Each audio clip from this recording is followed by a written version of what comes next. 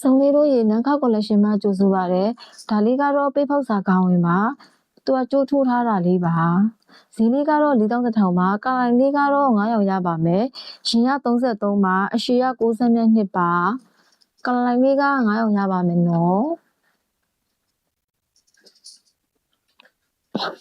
သူ့ရဲ့ရှင်လေးကအဝိုက်လေးပါအဝိုက်လေးပါ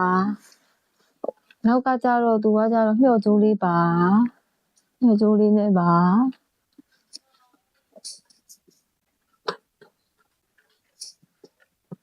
မူးပြလေးဆိုလည်းအရန်လှပါတယ်သားလေးလည်းကောင်းပါတယ်